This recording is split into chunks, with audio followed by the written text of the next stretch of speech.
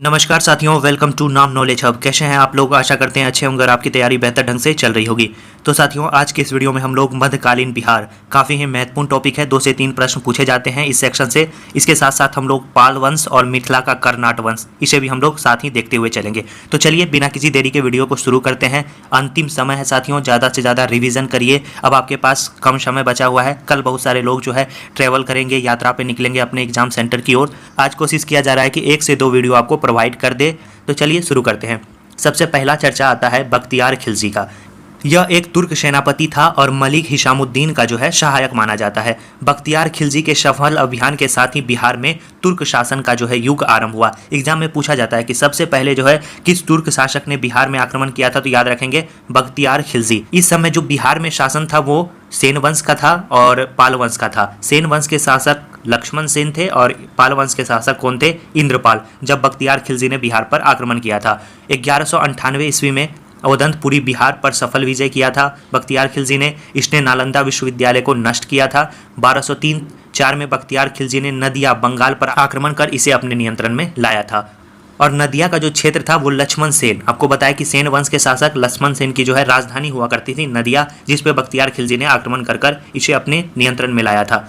Next है कि बख्तियार खिलजी ने अपनी राजधानी कहाँ बनाई, तो इसने अपनी राजधानी लखनौती को बनाई। इसने मिथिला के कर्नाट शासक अधीनता स्वीकार करने हेतु बाध्य किया और अंत में बख्तियार खिलजी की हत्या उसी के अधिकारी अली मर्दान के द्वारा की गई थी। उसके शव को बिहार शरीफ के इमादपुर मोहल्ला में दफना दिया गया है। एग्जाम में पूछा जाता है कि बख्तियार खिलजी के शव को कहाँ दफनाया गया, तो याद रखेंगे कि बिहार शरीफ के इमादपुर मोहल्ला में।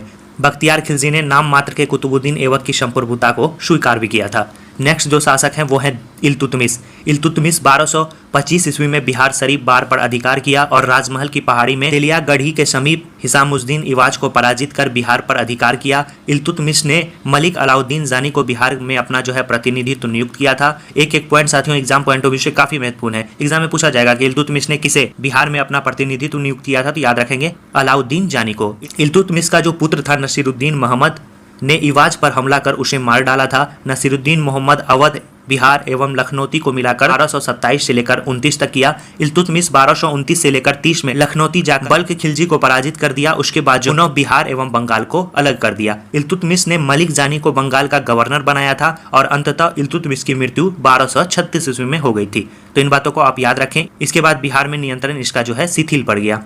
अलाउद्दीन खिलजी और बिहार, इससे भी प्रश्न पूछे जाते हैं। तो 1296 ईस्वी में अलाउद्दीन खिलजी दिल्ली का सुल्तान बना। उसने 1297 ईस्वी में शेख मोहम्मद इस्माइल के नेतृत्व में सेना दरभंगा भेजा, लेकिन राजा शक्र सिंह ने उसे पराजित कर दिया। ये भी बात आपको याद रखना है। इसके बाद जो शासन है रुकनुद्दीन केकाउश की मृत्यु के बाद दक्षिण बिहार पर लखनौती का नियंत्रण कमजोर हो गया। रुकनुद्दीन केकवश के गवर्नर फिरोज एतगिन ने सरसुद्दीन फिरोज शाह के नाम से एक राजवंश की स्थापना की। इसके बाद जो है उसका पुत्र हातिम खां 1309 से लेकर 15 तक बिहार का गवर्नर था। नेक्स्ट जो है तुगलक काल और बिहार। साथियों मेनली पॉइंट आपको लिखा गया है क्योंकि इस टॉपिक से एक ही 2 क्वेश्चन पूछे जाते हैं। अधिकतर क्वेश्चन आपको पाल वंश और कर्नाट वंश से पूछे जाते हैं, तो उसे भी हम इस वीडियो में कवर करेंगे। तुगलक काल में जो है बिहार पर दिल्ली के सुल्तानों का निर्णायक वर्चस्व स्थापित हुआ था। गयासुद्दीन तुगलक ने 1324 ईस्वी में बंगाल अभियान से वापसी कर उत्तर बिहार में कर्नाट वंशीय शासक हरि सिंह देव को पराजित किया था। मोस्ट इंपॉर्टेंट क्वेश्चन है, पूछा जाता है कि गयासुद्दीन तुगलक ने किस कर्नाट वंशीय शासक को पराजित किया था, तो याद रखें हरि सिंह देव। और हरि सिंह देव जो है वो कर्नाट वंश का अंतिम शासक है। एग्जाम में पूछा भी गया है। मोहम्मद बिन तुगलक के शासनकाल में बिहार के प्रांतपति आपको मजहूल मुल्क ने हरि सिंह देव के विरुद्ध अभियान कर तिरहुत का क्षेत्र तुगल साम्राज्य में मिला लिया। उसने दरभंगा का नाम तुगलकपुर कर दिया। यहाँ मोहम्मद बिन तुगलक के कुछ सिक्का उपलब्ध हैं। फिरोज शाह तुगलक के कई अभिलेख पटना एवं गया से प्राप्त हुए हैं। राजगिरी के कुछ जैन मंदिरों को फिरोज द्वारा दान करने का उल्लेख है। सूफी संत जो है आपके हजरत शफुद्दीन याहिया मनीरी ने मलफूजात और मान किबुल असफिया जैसे रचनाओं से बिहार में तुगलक शासन जानकारी प्राप्त होता है। नेक्स्ट आगे हम लोग देखेंगे साथियों कि संत और उनके सिलसिले, इससे भी प्रश्न पूछे जाते हैं। बिहार शरीफ की पहाड़ियां में मलिक बयां का मकबरा तुगलक कालीन स्थापत्य का एक सुंदर नमूना है। नेक्स्ट है बिहार में अफगान का प्रभुत्व। सबसे पहले हम लोग चर्चा करेंगे फरीद का। इसे जो है उपाधि शेरशाह सूरी और शेर खान की मिली और इनके पिता थे हसन खां सूर।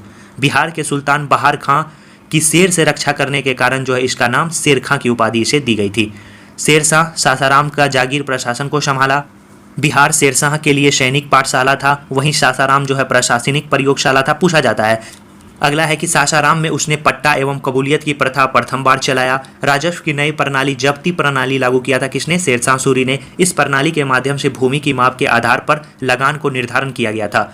इसने जो युद्ध लड़े थे उसमें सूरजगढ़ की लड़ाई मोस्ट इंपॉर्टेंट है, 1536 ईस्वी में शेरशाह एवं बंगाल के सेना के बीच हुई और इस युद्ध में जो है शेरशाह विजेता रहा। उसके बाद आपको पता ही होगा चौसा का युद्ध हुआ 1539 में हुमायूं और शेरशाह के बीच, इसके मध्य भी जो है शेरशाह विजेता रहा। 1540 में बिलग्राम का युद्ध हुआ हुमायूं और शेरशाह के बीच, इसमें भी जो है शेरशाह विजेता रहा था। शेरशाह अब जो है स्वयं दिल्ली का सुल्तान घोषित कर लिया। अब्दुल्लाह रचित तारीख़ दाऊदी के अनुसार शेरशाह पटना में दुर्ग निर्माण किया एवं इसे बिहार की राजधानी बनाया। शेरशाह ने सिंध में रोहतास गढ़ नामक किले का निर्माण किया। बिहार में रोहतास के किले को जीतकर उसका निर्माण किया। शेरशाह ने सुलेमान कराकानी को बिहार का मुक्ता नियुक्त किया था। ये भी प्रश्न भी आई है, पूछा गया है विगत वर्षों में, अगर आपने प्रश्न को देखा होगा तो। शेरशाह ने सराय का निर्माण कराया था। शेरशाह का मकबरा जो है आपको सासाराम में स्थित है, एग्जाम में पूछा गया है विगत वर्षों में। इसका निर्माण शेरशाह ने स्वयं करवाया था, लेकिन पूरा इसे इस्लाम शाह के द्वारा किया गया था। शेरशाह सूरी की मृत्यु के बाद भी बिहार का क्षेत्र अफगान के नियंत्रण में था। अकबर जुलाई 1576 में राजमहल के युद्ध में दाऊद करारानी को पराजित कर बिहार में मुगल ने अपना वर्चस्व स्थापित कर लिया था। अब हम लोग देखेंगे बिहार और मुगल। तो 1580 ईस्वी में जो है अकबर ने बिहार को मुगल का एक सूबा या प्रांत बना दिया। बिहार का जो गवर्नर नियुक्त किया किसे? खान ए खानम को नियुक्त किया गया। बिहार के प्रांतपतियों में राजा मान सिंह सबसे ज़्यादा प्रसिद्ध थे। राजा मान सिंह के पूर्व में बिहार के प्रांतपति कौन थे? मुजफ्फर खां, सुजाद खान, खान ए आजम, आपका शाहबाज खान और वजीर खान। अब जो मोस्ट इंपॉर्टेंट है जहांगीर। अकबर के बाद जहांगीर की चर्चा हम लोग करते हैं कि जहांगीर ने बिहार में लाल बेग उर्फ बाज बहादुर को सूबेदार नियुक्त किया और उसको क्या उपाधि दी? कुली खां की। इसने दरभंगा में नूर सराय नामक सराय का निर्माण कराया। इसे मेहरुनिसा, जिसे नूरजहां के नाम से जाना जाता है, उसे जो है ठहरने के लिए इसे बनाया गया था। बाज बहादुर को जहांगीर ने कुलीन खां की उपाधि देकर बंगाल का गवर्नर बना दिया। इसके बाद जो है बिहार का सूबेदार कौन बना? इस्लाम खां बना। नेक्स्ट है इब्राहिम खां द्वारा पटना के समीप मनेर में मखदूम शाह दौलत का मकबरा 1616 ईस्वी में बनाया गया। एग्जाम में पूछा जाता है कि मखदूम शाह दौलत का मकबरा कहाँ स्थित है, तो याद रखना है मनेर में स्थित है। 1616 ईस्वी में बनाया गया था। जहांगीर ने शहजादा परवेज को जो है 1621 ईस्वी में बिहार का सूबेदार नियुक्त किया था। बिहार का सूबेदार या प्रांतपति बनने वाला परवेज जो है पहला राजकुमार भी था। सैफ खां पटना में एक मदरसे का निर्माण कराया, जिसे वर्तमान में सैफ खां का मदरसा कहा जाता है। नेक्स्ट जो टॉपिक है बिहार और सिख, इससे भी प्रश्न पूछे जाते हैं। तो बिहार सिख धर्म के प्रवर्तक गुरु नानक देव जब बिहार भ्रमण में आए थे तो सबसे पहले उन्होंने गया की यात्रा की, उसके बाद राजगीर, उसके बाद पटना, फिर मुंगेर, फिर भागलपुर, उसके बाद कहलगांव, उसके बाद राजमहल की यात्रा किए थे। इनका जो यात्रा क्रम है ये मोस्ट इंपॉर्टेंट है, एग्जाम में पूछा जाता है, तो याद रखना है गया, राजगीर, पटना, मुंगेर, भागलपुर, कहलगांव, राजमहल की यात्रा किए थे गुरु नानक देव, जो सिखों के प्रथम गुरु थे। सिखों के 9वें गुरु तेग बहादुर भी बिहार भ्रमण पर आए थे। उसने सासाराम, गया और पटना की यात्रा की थी। सिखों के जो 10वें गुरु थे गुरु गोविंद सिंह, इनका जन्म आपको पता है पटना में ही हुआ था। इनका जन्म जो है 22 दिसंबर 1666 को माना जाता है। इन्होंने जो है 1699 ईस्वी में खालसा की स्थापना की थी। किसने की थी? गुरु गोविंद सिंह ने। अब हम लोग देखते हैं सूफी संत और सिलसिला, इससे भी प्रश्न पूछे जाते हैं। बिहार के सबसे पहले महत्वपूर्ण सूफी संत किसे माना जाता है? इमाम ताज फकीह को। और बिहार में सबसे लोकप्रिय सूफी संप्रदाय जो है वो है आपका कदरिया सिलसिला, आपको पिछले वीडियो में बताए थे। नेक्स्ट है आपको मोस्ट इंपॉर्टेंट सूफी संत और उसके सिलसिले, इससे भी प्रश्न पूछा जाता है। पहले संत का नाम है ख्वाजा मोइनुद्दीन, इसका जो सिलसिला है चिश्ती सिलसिला। नेक्स्ट है दारा सिको फकीह मखदूम शाह, इसका जो सिलसिला है कदारिया सिलसिला। शेख शबुद्दीन सुहारवर्दिया सिलसिला। शेख अहमद सरिंदी का जो है नक्शबंदी सिलसिला। शेख बहरुद्दीन जकारिया का जो है सुहारवर्दी सिलसिला। नेक्स्ट है सैफुद्दीन याहिया मनीरी, इसका जो सिलसिला है फिरदौसी सिलसिला। कहीं कहीं आपको जो है बिहार में सबसे सूफी संप्रदाय जो लोकप्रिय है वो फिरदौसी देखने को मिलेगा, लेकिन जहाँ तक मुझे पता है कि कदारिया सिलसिला जो है बिहार में सबसे लोकप्रिय था। ये थे प्रमुख सूफी संत और उसके सिलसिले। चलिए हम लोग आगे बढ़ते हैं और पाल वंश और मोस्ट इंपॉर्टेंट कर्नाट वंश को देखते हैं।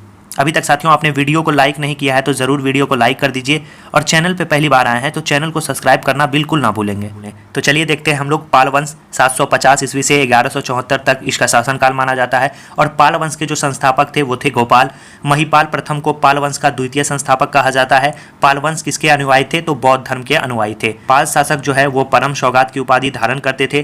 पाल वंश के शासकों का साम्राज्य विस्तार समस्त बंगाल, बिहार से लेकर कन्नौज तक था। सुलेमान ने पाल राज को जो है रहुमा या धर्मा भी कहा है, तो याद रखेंगे। नेक्स्ट जो शासक हैं गोपाल, 750 से लेकर 770 ईस्वी पाल वंश के संस्थापक थे। इसने ओदंतपुरी में एक मठ का निर्माण कराया। इसके बाद इसका पुत्र जो है धर्मपाल अगला शासक बना था।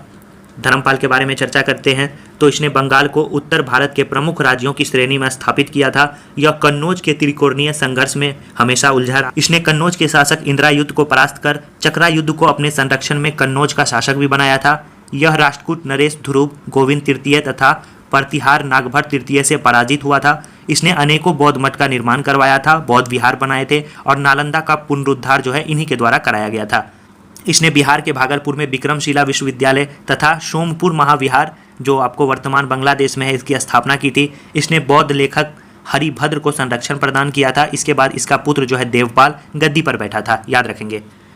अगला जो शासक है वो है देवपाल। 810 से लेकर 850 ईस्वी तक इसका शासनकाल रहा। यह पाल वंश का सबसे प्रतापी शासक था। इसका सेनापति इसका भाई जो था वो जयपाल था। इसने मुंगेर को अपनी राजधानी बनाया। एग्जाम में पूछा जाता है किस पाल वंशीय शासक ने मुंगेर को अपनी राजधानी बनाई, तो याद रखना है देवपाल ने। इसके शासन में ही अरब यात्री सुलेमान जो है भारत आया था। देवपाल के बाद कुछ समय के लिए पाल वंश की साम्राज्य बिहार और बंगाल तक ही सीमित रह गया। तारनाथ ने देवपाल को बौद्ध धर्म का पुनरुत्थान करने वाला कहा है, याद रखेंगे। इसके बाद जो है महेंद्रपाल, विग्रहपाल, ये ज़्यादा इंपॉर्टेंट नहीं है। राज्यपाल, गोपाल द्वितीय, विग्रहपाल इत्यादि जो है शासक बना। इसके बाद जो शासक बना था वो था महिपाल प्रथम। महिपाल को जो है पाल वंश का द्वितीय संस्थापक कहा जाता है। इसके समय राजेंद्र चोल ने विक्रम चोल के नेतृत्व पर बंगाल पर आक्रमण किया तथा पाल शासक को पराजित किया था। नेक्स्ट शासक है महिपाल द्वितीय और अगले शासक हैं आपके रामपाल। रामपाल पाल वंश का अंतिम शक्तिशाली शासक माना जाता है। इसी के समय गहर वालों ने बिहार के शाहबाद और गया तक अपने राज्य का विस्तार किया। अंत में इसने मुंगेर में गंगा नदी में डूबकर आत्महत्या कर ली थी, याद रखेंगे किसने, रामपाल ने। इसके बाद जो है कुमारपाल, गोविंद तृतीय, मदन पाल, गोविंद पाल ने लगभग 30 वर्षों तक शासन किया और गोविंद पाल जो है इस वंश का अंतिम शासक माना जाता है। इस वंश के बाद बंगाल में सेन वंश की स्थापना हुई। चलिए अब हम लोग देखते हैं कर्नाट वंश। 1097 से लेकर 1325 तक जो है कर्नाट वंश का शासन माना जाता है और इसका जो अन्य नाम है वो शिमराव वंश या देवराज वंश के भी नाम से इसे जाना जाता है। इसका उदय मिथिला के तिरहुत क्षेत्र में। इसकी जो वर्तमान राजधानी है वो सिमरौनगढ़ नेपाल है। पूर्व में इसे सिमरावगढ़ के भी नाम से जाना जाता था।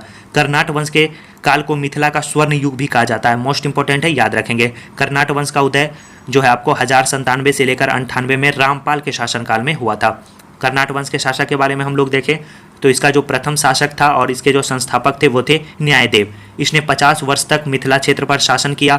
इसके बाद आए गंगदेव। इसने मधुबनी जिला के आपको अंधरा ठाठी में विशालगढ़ बनाया था। नरसिंह देव, इसने बंगाल के शासक से परेशान होकर तुर्की का सहारा भी लिया। इसी के समय बख्तियार खिलजी भी बिहार आया और नरसिंह देव को धन देकर संतुष्ट किया और इसका साम्राज्य रूप जो है दरभंगा तक फैल गया। नेक्स्ट जो मोस्ट इंपोर्टेंट शासक है राम सिंह देव। तुगरिल तुगल के असफल अभियान के समय राम सिंह देव का शासन था। इसके समय तिब्बती इतिहासकार धर्मस्वामी जो है तिरहुत की यात्रा पे आया था, याद रखना है, क्वेश्चन पूछा गया है। नेक्स्ट शासक शक्ति सिंह देव। इसके बाद जो अंतिम शासक हैं वो है हरि सिंह देव। इसके समय तुगलक वंश सत्ता में आया था। कर्नाट वंश का सबसे प्रसिद्ध राजा था हरि सिंह देव और यही जो है कर्नाट वंश का अंतिम भी शासक था और ये इसके बारे में कहा जाता है कि यह महान समाज सुधारक भी था। और कर्नाट वंश का पूर्णतः अंत कब हो गया था, 1378 ईस्वी में। तो ये साथियों मध्यकालीन बिहार से संबंधित जितने भी तथ्य थे उसे हम लोगों ने देखा। अगले वीडियो में जो लास्ट आपका मास्टर वीडियो होने वाला है जो लगभग जो है आपको 30 से 35 मिनट उसमें बताएंगे मॉडर्न हिस्ट्री, यूरोपीय कंपनी का बिहार आगमन से लेकर स्वतंत्रता तक जितने भी बिहार स्पेशल में मॉडर्न बिहार से संबंधित क्वेश्चन बनते हैं उसे हम सिंगल वीडियो में देखेंगे। चैनल पर पहली बार आए हैं, चैनल को जरूर सब्सक्राइब कर दें और दोस्तों और ग्रुप में शेयर कर दीजिएगा। धन्यवाद साथियों।